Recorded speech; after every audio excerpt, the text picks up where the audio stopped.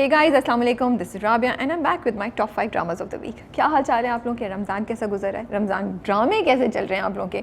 Which one is on your list? कौन कौन से देख रहे हैं? फेवरेट कौन सा है? मैं तीनों देख रही हूँ, मुझे मज़ा आ रहा है। तीनों का अपना फ्लेवर है and I am actually liking all 3 stories. और यही बात है कि तीनों की अपनी अपनी एक कहानी है, एक डिफरेंट टाइप का है, तो वो ये नहीं होता कि अरे यार ये उस जैसा ही लग रहा है, यू नो। और अब थोड़ी कहानियाँ आगे चली गई हैं तो और भी ज़्यादा मज़ा आ रहा है। तो रमज़ान ड्रामों पे एक और वीडियो निकालेंगे, बनाएंगे और रिव्यू करेंगे या अपना पैशन आप लोगों के साथ शेयर करेंगे। बट अभी हम बात करते हैं टॉप 5 की।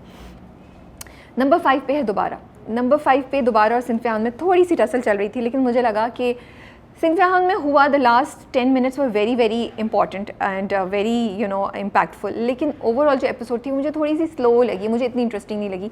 लेकिन दोबारा में जो चीज़ें हो रही थी मुझे इंटरेस्टिंग लगी कि शन्नू वापस आ गए, यू नो, माहिर को भी एहसास हो गया, अब्बा से थप्पड़ भी पड़ गया, और मेहरू जो है वो अफान को अपने पहले मियाँ की सच्चाई भी बता देती है, एक राज भी बता देती है। तो मुझे लगा कि उसमें काफ़ी चीज़ें हो रही हैं, मुझे वो ज़्यादा इंटरेस्टिंग लगी थी एपिसोड। सो इसलिए दोबारा नंबर 5 पे है। लेट्स सी आगे कहाँ जाती है कहानी। बहुत सी चीज़ें हो भी रही हैं, लेकिन बहुत सी चीज़ों पे हमें दोबारा डिसअपॉइंट भी कर रहा है, जैसा कि मैंने और शाजिया ने पिछले हफ्ते ड्रामा कप में डिस्कस भी किया था। और इस हफ्ते आ जाएगी एपिसोड और हम इस हफ्ते भी उसको दोबारा डिस्कस करेंगे, तो आप बाकी रिव्यू उधर सुन सकते हैं। तो नंबर 5 पे हमारे पास है दोबारा। नंबर 4 पे हमारे पास है मेरे हमसफ़र। मेरे हमसफ़र अच्छा जा रहा था, टॉप मतलब 3 में जा रहा था, लेकिन अब आके 4 पे गिरा है, क्योंकि इस बार की एपिसोड में मुझे लगा यार हाला का रोना ही नहीं ख़त्म हो रहा। मैं थक गई उसका रोना सुन के। चीज़ें हो रही हैं, अच्छी चीज़ें भी हो रही हैं, लेकिन एट द सेम टाइम वही दोबारा वाली चीज़ है कि हमारा पेशेंस अब ना थोड़ा सा टेस्ट हो रहा है। तो हाला और हमज़ा की कहानी को थोड़ा सा आगे बढ़ना चाहिए, ज़्यादा आगे बढ़ना चाहिए बनिस्बत जो कि बढ़ी है। अच्छी बात ये लगी कि हमज़ा ने उसे कॉन्फिडेंस दिया, तो हाला ने स्टैंड लिया अपने लिए डाइनिंग टेबल पे। उसके अलावा थोड़े बहुत रोमांटिक सीन्स जो उनके हैं वो बड़े क्यूट से हैं। समीन का एक अलग ही चक्कर चल रहा है।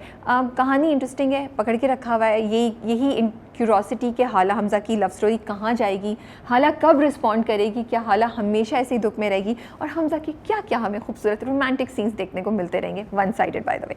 तो मेरे हमसफ़र है नंबर 4 पे।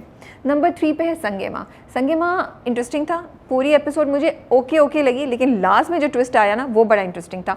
And I also liked few things जो कि मैंने और शाजिया ने रिव्यू में भी डिस्कस किया था कि विमेन एम्पावरमेंट दिखाई है आफरीदी साहब ने, रोल रिवर्सल दिखाया है कि लड़का नहीं आ रहा बचाने लड़की को, लड़की बचा रही है लड़के को। तो मुझे ये कहानी इतनी फैसिनेट कर रही है, इतने मज़े की लग रही है कि मुझे लगा कि उसकी वजह से इस बार की एपिसोड जो थी ना उसका अपना ही एक मज़ा था। एंड द फैक्ट कि जब कोबरा के कैरेक्टर पे यू नो जब वो बंदा आके उसको हरास करता है, तो मैं समझी थी शायद हिलमंद कुछ करेगा शहरज़ाद को बचाने के लिए, लेकिन हिलमंद कुछ नहीं करता, शहरज़ाद खुद स्टैंड लेती है और बाद में शहरज़ाद ही हिलमंद को बचा के लेके जाती है। तो ये बड़ी एक डिफरेंट टाइप की कहानी चल रही है, एक डिफरेंट टाइप की स्टोरी ने ट्विस्ट ले लिया, थोड़ा नेटफ्लिक्स एक्शन टाइप इसमें ट्विस्ट आया जो मज़े का लग रहा है। तो आगे देखते हैं क्या है। उसके साथ साथ रोमांस भी चल रहा है, उनकी लव स्टोरी भी चल रही है। तो संगे माँ हमारे पास नंबर 3 पे है। नंबर 2 पे जाने से पहले करेंगे best director. Director of the week I would like to give to Ehsan Talish for A Mushtaq. I think the way he has directed these last few episodes is so nice. Like हमें जितने मसले थे ए मुश्ताक से हम सब भूल गए, क्योंकि हमें मुस्तजाब और दुआ की कहानी में इतना इंटरेस्ट हो गया, हमें मुस्तजाब की जर्नी से इतनी लगाव हो गया। वो जो पूरी ट्रांजिशन उन्होंने दिखाई कि मुस्तजाब क्या था और क्या हो गया है, वो आपके दिल में जाके कहीं बैठ जाता है। वो आपको एक आपको अटैचमेंट हो जाती है मुस्तजाब से, आप उसकी सब चीज़ें भूल जाते हैं, आपको मुस्तजाब के लिए एक्चुअली फ़ील होता है। तो I really like the way he has done it. और स्पेशली जो लास्ट एपिसोड जो अभी आई है मंडे और ट्यूसडे को, वो जिस तरीके से उन्होंने डायरेक्ट किया, उसमें छोटी छोटी चीज़ें, जो पूरा सीन है इमाम साहब का और मुस्तजाब का, वो डायलॉग कितने खूबसूरत हैं, कहीं उन्होंने उसको एग्जैजरेट नहीं किया, कितने प्यार से इमाम साहब ने मुस्तजाब को समझाया। तो मुझे ये जो और छोटी छोटी चीज़ें एहसन तालिश साहब ने की हैं कि जब वो झुकता है जानामाज़ पर, जानामाज़ को सीधा करता है, यू नो, उसके अंदर की जो कश्मकश है, जो उसके अंदर का एक वॉर चल रही है, वो इन चीज़ों से पता चल रही है। जब इमाम साहब आके बैठते हैं, उनका वो जिस तरीके से उनका पूरा जो बॉडी लैंग्वेज है ना, वो ऐसी थी मुस्तजाब को समझाने वाली। एक तरफ दुआ दयान है उनके साथ, एक तरफ तकी है। तो ये छोटी छोटी चीज़ें मुझे बड़ी ना खूबसूरत लग रही थी डायरेक्शन के पॉइंट ऑफ व्यू से। देन अगेन उन्होंने कहीं भी मेलो ड्रामा नहीं क्रिएट किया। Okay, the twist of that कि लास्ट मिनट पे दूल्हा चेंज हो जाता है, was a very Bollywood typical twist, लेकिन एग्जीक्यूशन वाज वेरी नाइस कि वो आया, उन्होंने दिखाया जो निकाह पढ़ाएगा वो मुस्तजाब है, फिर मुस्तजाब रुकता नहीं है, चला जाता है, you know he so like उसको अपने वादे का इतना ख्याल है जो उसने अल्लाह से किया है कि वो रुका नहीं। तो इन सब चीज़ों की वजह से कहानी टिपिकल होने के बावजूद भी had a different feel to it, you know. तो मुझे बड़ा मज़ा आ रहा था, मैं एक्चुअली रो रही थी, आप लोगों का मुझे नहीं पता। जब मुस्तजाब दुआ में सजदे में जाके बात कर रहा था, मैं बहुत I had tears in my eyes, because वो जो दुआ थी मुस्तजाब की, मुझे लगता है कितने लोग उससे कनेक्ट कर सकेंगे। वो कहता है कि यू नो मैं आपको मेरी कश्मकश का पता है, आपको मेरे दिल का हाल पता है, मुझसे इतनी बड़ी आजमाइश ना लें जो मैं नहीं कर सकूं। फिर इमाम साहब जो आके बात बोलते हैं, तो I love the way Ehsan Talish साहब ने हर चीज़ को एक लेवल पे रखा है। जितना ए मुश्ताक के शुरू में वो एक्सट्रीम पे लेके गए थे, ये भी इंटरेस्टिंग थ्योरी है वैसे, यू नो, ट्रीटमेंट के शुरू में वो हर चीज़ को एक्सट्रीम पे लेके गए, बहुत लाउड खेला। अब उन्होंने हर चीज़ को एक लेवल पे लेकर आए, which also shows the transition जो आपके अंदर होती है जब आप दीन की तरफ चले जाते हैं, जब आप अल्लाह की तरफ जाते हैं, कि आप में एक ठहराव, एक सुकून आ जाता है। तो I love the way Ehsan Talish has directed all the actors, has directed the scenes, have taken the flow of the story forward, and that's why I would like to give him best director of the week. Number 2 पे है Badshah Begum. I have no words for Badshah Begum. मैं जब बादशाह बेगम की story देखती हूँ, specially ये वाली जो एपिसोड थी जिसमें वो उससे कहती है कि इस मुलाजमा की ज़ुबान काट दी जाएगी और वो सब कुछ, और जो जहाँ आरा की फ्रस्ट्रेशन थी और वो जो घबराई और वो जो भागी, मुझे ना, अगर आपने देखी हो फिल्में, इंग्लिश मूवीज़ देखी हो, हंगर गेम्स, डाइवर्जेंट, मुझे ना वैसी फील आ रही थी। उसमें ऐसा ही होता है, लोग खुद नहीं चाहते, लेकिन जो कैरेक्टर्स हैं, जो मेन कैरेक्टर्स हैं, वो ऐसी सिचुएशन में आ जाते हैं जहाँ उनको एक बहुत बड़ा रोल प्ले करना है, फिर उनको सेक्रीफाइसेस देने पड़ते हैं, फिर उनको वो चीज़ें करनी पड़ती हैं जो उनके प्रिंसिपल्स के अगेंस्ट होती हैं।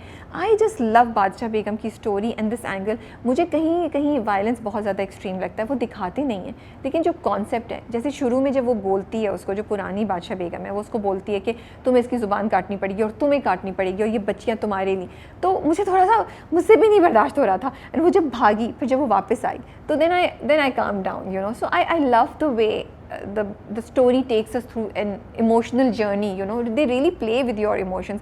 और सबसे अच्छी बात है कि कहीं भी खून नहीं है, कहीं भी कोई ऐसा सीन नहीं है जिसको देख के आप बोलें, सिर्फ जुमलों से, सिर्फ परफॉर्मेंसेस से, म्यूज़िक से वो आपके अंदर एक फियर इंस्टिल कर रहे हैं, you know, the director, the actors, the whole team. तो बादशाह बेगम की मुझे तो लगा इस बार बहुत ट्विस्ट हुए, बहुत इंटरेस्टिंग चीज़ें हो रही थी। ऐसी कहानी थी जब क्या आपको पकड़ के रखा हुआ था। आई रियली, वो सीन जो था वो कितना खूबसूरत है, जो शुरू में बख्तियार और जहांरा जो हैं वो बोट पे लेटे हुए होते हैं, थोड़ा ड्रीमी एंड रियलिस्टिक था, लेकिन अच्छा था। तो Badshah Begum is on number 2। Best actor male goes to Feroze. I think for ए मुश्ताक, उन्होंने जो मुस्तजाब के कैरेक्टर को जिस खूबसूरती से निभाया है, ऐसा निभाया है कि मुझे लगता है कि मुस्तजाब मेरे दिल में जाके एक कैरेक्टर ऐसा बस गया है जो मैं शायद कभी नहीं भूलूँ।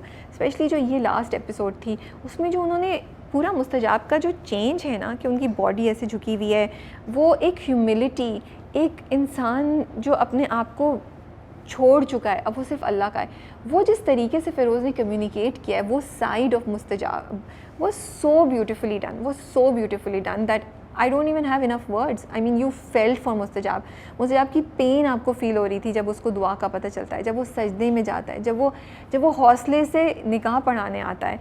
एंड आई थिंक फ़िरोज़ को ना बहुत दफ़ा उनकी लाउड कैरेक्टर्स की जैसे कभी कभी मुझे लगता है कि उनको वो ड्यू क्रेडिट नहीं मिलता जो मिलना चाहिए, स्पेशली इस कैरेक्टर में। I think towards the last few episodes, जिस खूबसूरती से, जिस डिग्निटी और जिस केयरफुलनेस के साथ, जिस ह्यूमिलिटी के साथ उन्होंने मुस्तजाब का कैरेक्टर पोर्ट्रे किया है, वो बहुत ही खूबसूरत है। वो एक कनेक्शन आपका आ जाता है। एंड बिकॉज ऑफ दैट, वो जो मैसेज है अल्लाह का, वो जो message of hope, the message के एक बंदा चेंज हो सकता है, वो कितनी इफेक्टिवली कम्युनिकेट हो रहा है। At least to me this is all happen and it was because how Feroze has played that character, you know how. और मुझे लगता है उन्होंने बड़े दिल से किया है। जब आप देख रहे होते हैं फ़िरोज़ को, तो मुझे लगता नहीं है कि कहीं से वो फेक है, कहीं से ही is trying too hard to impress us, too hard to convince us कि मुस्तजाब चेंज हो गया है। इतना नेचुरल फ्लो आता है, इतना रियलिस्टिक लगता है कि आप उससे कनेक्ट करते हैं। सो आज रोज़ा और मैं पानी नहीं पी सकती, मेरा गला खुश्क हो गया है। Best actor female, I couldn't decide. I have 3 names on my list. Kubra Khan for Sangema, Yumna Zaidi for Cynthia Khan, and Zara Noor Abbas for Badshah Begum. I'll go one by one. I think as Shahrzad Kubra ने बहुत ही खूबसूरत performance दी है. वो खौफ भी दिखाया जो शहरज़ाद का है जब वो बंदा उसे हरास करने आता है, फिर वो जर्नी भी दिखाई जब वो कहती है कि नहीं मैं अब खड़ी हो गई हूँ, मैं चीज़ों को कंट्रोल में लूँगी और मैं एक्शन करूँगी. I love how Kubra has played these emotions, this thought process out for us without even saying it, लेकिन उसको एग्जैजरेट नहीं किया है, कहीं बड़े ड्रामेटिक एक्शंस या एक्सप्रेशंस नहीं है, बड़ा सटल खेला है और बड़ा खूबसूरत किया है. यमुना जैदी जो लास्ट का सीन है वो तो इतना क्यूट, इतना अच्छा यमुना ने किया. आई थिंक उसको यमुना के अलावा कोई कर ही नहीं सकता था. सॉरी, वो यमुना ही थी. द वे वो शाइस्ता बोली जा रही है, फिर रुकती है, फिर गुस्से में बोलती है, फिर इमोशनल हो जाती है, फिर थोड़ा डाउन चली जाती है, फिर उसको अपनी तरफ दोबारा बुलाती है कि मैंने नहीं तोड़ी मंगी, तुमने तोड़ी है. It was just so nice, so cute, and the way Yamuna has done it, it made it so effective. वो पूरा जो कॉन्वर्सेशन थी वो इतनी अच्छे तरीके से मैसेजेस कम्युनिकेट किए उस कॉन्वर्सेशन ने, शाइस्ता की कैरेक्टर ने. तो बहुत ही प्यारी परफॉर्मेंस थी यमुना जैदी की एस शाइस्ता. दिल को छू ले, मतलब मैं हंस रही थी, आई वाज लाफिंग जब मैं हंस रही थी, और साथ साथ मैं सोच रही थी, मतलब 2 चीज़ें चल रही थी. मैं हंस रही थी और मैं सोच रही थी यार कितने इंपॉर्टेंट मैसेजेस बोल रही हैं, कितने अच्छे तरीके से उन्होंने कितनी इंपॉर्टेंट बात कम्युनिकेट की है कि हम बेहतर से बेहतर की तलाश में जो अच्छी चीज़ हमारे पास है उसको भी भूल जाते हैं, छोड़ देते हैं. Then we have Zara Noor Abbas. I think as Badshah Begum, ये जो लास्ट एपिसोड थी उसमें ज़ारा नूर ने बहुत अच्छी परफॉर्मेंस दी है. वो सारी जो कश्मकश है जहान आरा की, जो उसकी डिसबिलीफ कि ये क्या कर रहे हैं, मैं तो चेंज लाना चाह रही हूँ, you are making me a part of this system, मैं ये नहीं कर सकती. यू नो वो उसकी बेयकीनी, उसकी कश्मकश, उसका गुस्सा, उसका खौफ, वो इतने खूबसूरत तरीके से उन्होंने कम्युनिकेट किया. फिर वो जो ट्रांजिशन आया जब बाप उसको समझाता है जहान आरा को, फिर वो जाती है और एक पूरे डिटर्मिन्ड तरीके से एक फ़ैसले के साथ जाती है कि यू कांट बीट मी, मैं अब ये करूँगी. I think Zara Noor has done an amazing job of showing that courage, of that determination of Jahan Ara in that scene. Number 1 पे हमारे पास है ए मुश्ताक़. बहुत ही खूबसूरत एपिसोड्स थी.